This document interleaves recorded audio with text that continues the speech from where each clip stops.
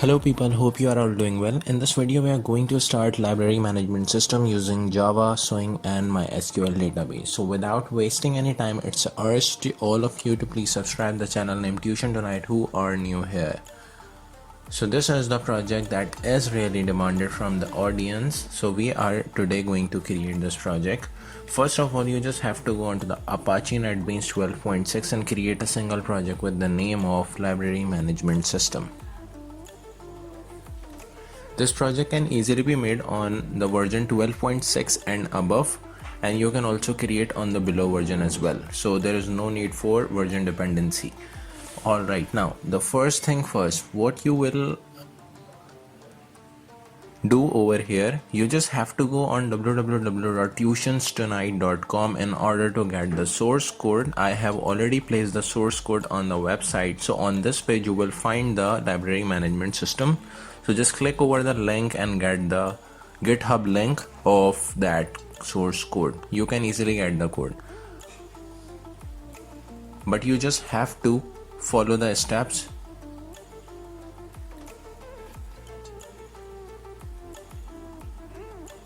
Now you just have to come over the Apache NetBeans and create a admin login form. What is the admin login form? The form through which you can easily put the username and password, and if the username and password is correct, so it will redirect you onto the dashboard page.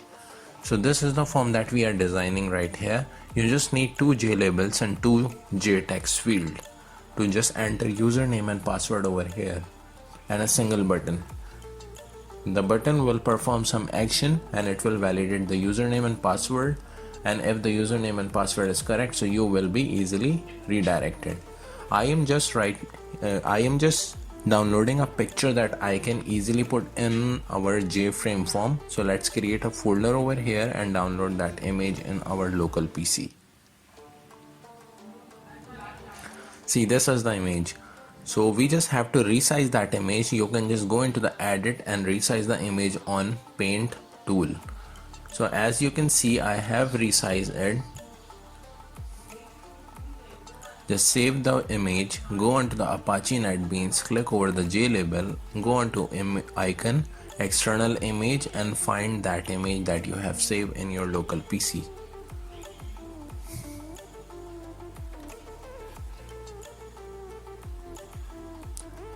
Just press the finish and OK button and it will automatically import that image in your form. So as you can see, the rough form have been created. You just have to modify some labels. You can just put the username and password. After modification, just erase the placeholders from the fields, give the name to the button and go inside the button, right? First, you have to change the variable name of that text field. So the first field should be UN, that means username, and the second field should be PW, that means password. Go inside the button action and action perform. So as you can see, this is the method in which we have to write some code.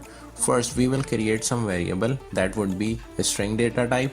A string user is equals to un.get text, so that data that is coming from the front end will stored into these two variables, that is user and pwd.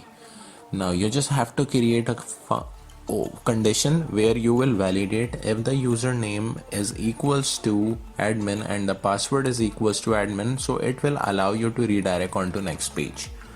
Otherwise it will throw a error somehow like user or password is incorrect, username or password is incorrect. Now the thing that is important right here is to create another form. If the username and password is correct, so you will be redirected onto the dashboard. So we are first creating the dashboard page right here. Just put some component over the form. Here you just need two buttons.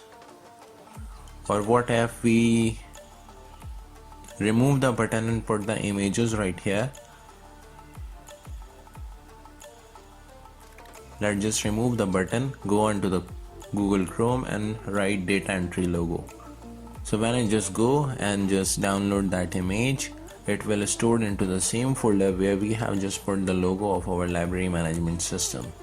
Now you can see these are the images. You just have to resize. Now write department logo, and here you just have to take a single picture from that Google page in order to use onto your form. Just download that image and save inside a folder in which you are just saving all the files. Alright, so just you need to resize that image as well. After resizing the image, just save the image, go on to the Apache NetBeans, put two JLabels, right click properties, icon, external image, select that image from there and just press OK and finish. Right, again for the second JLabel do the same process and just close that properties. So as you can see, these are the two images through which we will go and perform some action. Just change the font size, font decorations. Right here as login form obj is equals to new login form and obj.set visible true and dispose. Set visible true will allow you to shift from one page to another. So if you, as you can see, as I have just put the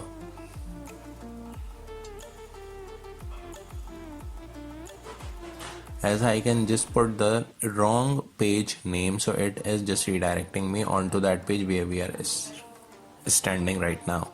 You just have to write dashboard obj is equals to new dashboard and you can easily be converted onto next page. If I just put the wrong username, so it will give me some error. So hopefully you like the video. Please support us on Patreon. As you will support on Patreon, so we will be able to create some other projects on Python, OpenCV and some new technologies as well. So your kind support is very much appreciated. So please hit the like, subscribe button to our Tuition Tonight and support us on Patreon. The link is in description. You can easily get that. Alright, so without wasting any time, let's just jump on to the next page, that is our data entry.java. Here we need some JLabels and some text fields. First thing first, you just need to get an image from the Google. You just have to write computer operator logo. So if you just write the computer operator logo, you will find some images that should be transparent. So just save that image in the same folder where you are saving the image file. Alright, just import that image into your JFrame form. And the image is on the form. Just put some decoration on the text. Modify the JLabel's name. Put here as a student name. Father name,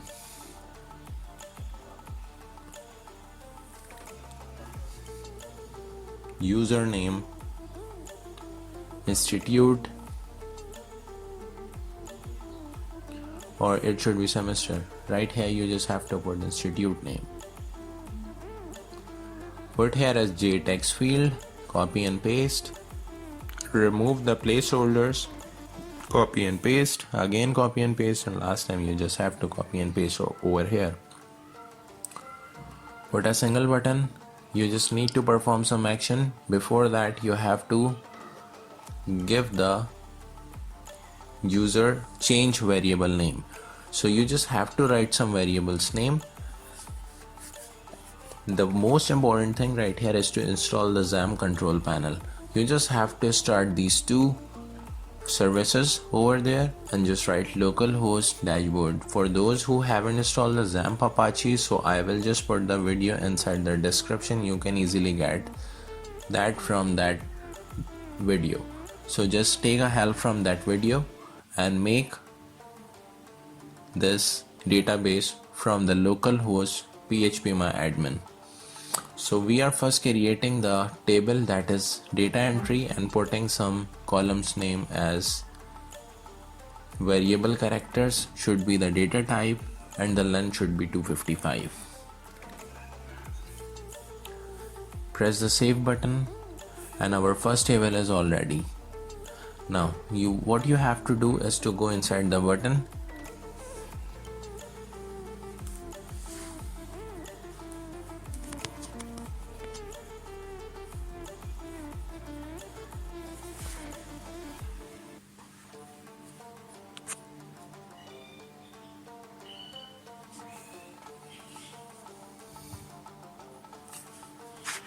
We are just creating some variable to store the data which is coming from the front end.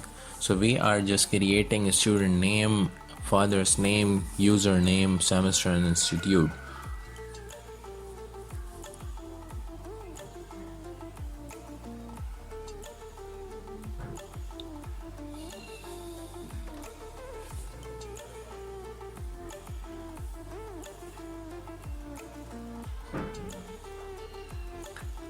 You can follow us on Instagram as well, so please find the handle of Tuition Tonight and please follow over Instagram as well. The thing that is very important right now is to create a try and catch statements. Inside the try statement you just have to write first that a class.forName and give the MySQL instance. That should be com.mysql.jdbc driver. Now you have to call the connection class and create an object for that class. After that you have to write driver manager.getConnection and just pass 3 parameters inside the brackets. The first variable should be JDBC MySQL localhost 3306, and after that the database name, that is LMS, that we have created on phpMyAdmin. Now the important thing for all of you is to follow this step. When you just go into the library, and if you are using 8.2, so you will find the MySQL JDBC drive in that list. But if you are using the higher version than 8.2, you just have to go on to Google Chrome and write MySQL JDBC. The first link will appear and you have to just go on to that website and select the platform independent and just download the zip file. Just clicking over this button and it will just start the downloading process of the MySQL connector JDBC driver. So wait for the completion of download, extract the file, extract that zip file, go on to that file, extract that, and just check whether the driver is here or not. Yeah, the driver is available right here. Just click over the libraries and add jar file. So when you just go inside the download folder where you have saved that, you will find that driver. Just double click over that and that driver will come into your libraries folder.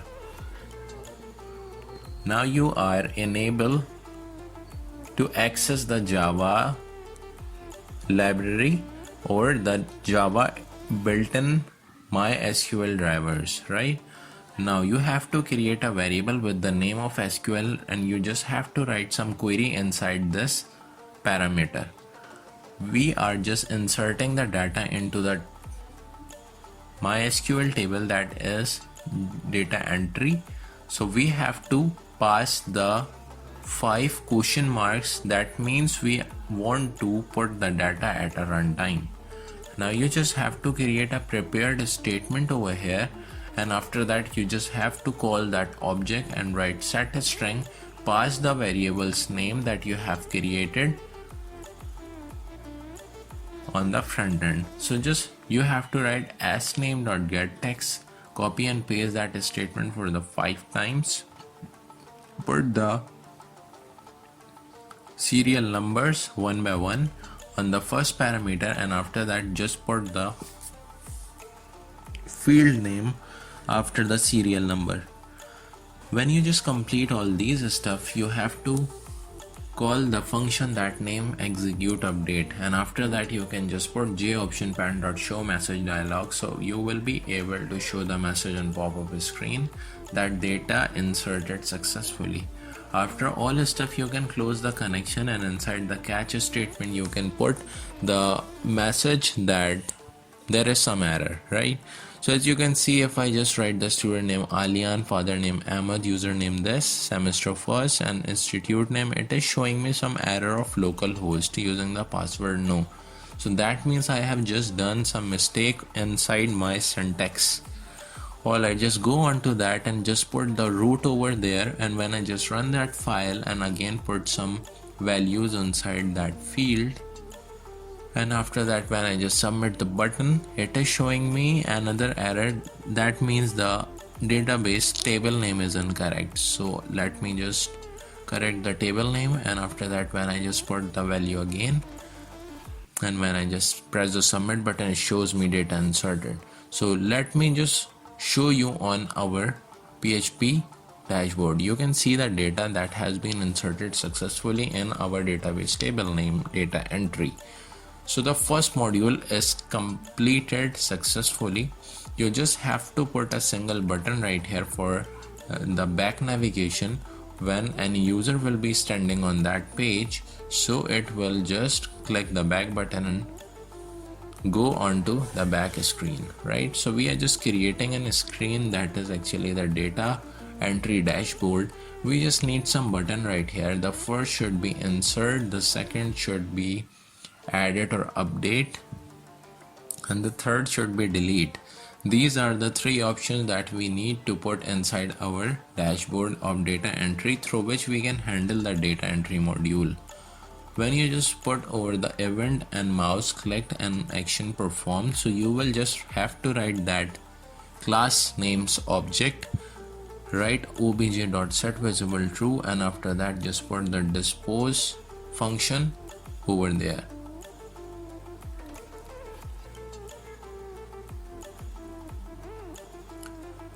Do same for the dashboard entry of data entry module. Don't forget to get the code from the GitHub link, and you can just get the GitHub link from www.tutionstonight.com. Go onto the website and just get the link over here and explore some new projects as well from that website. Alright, so our module is all ready.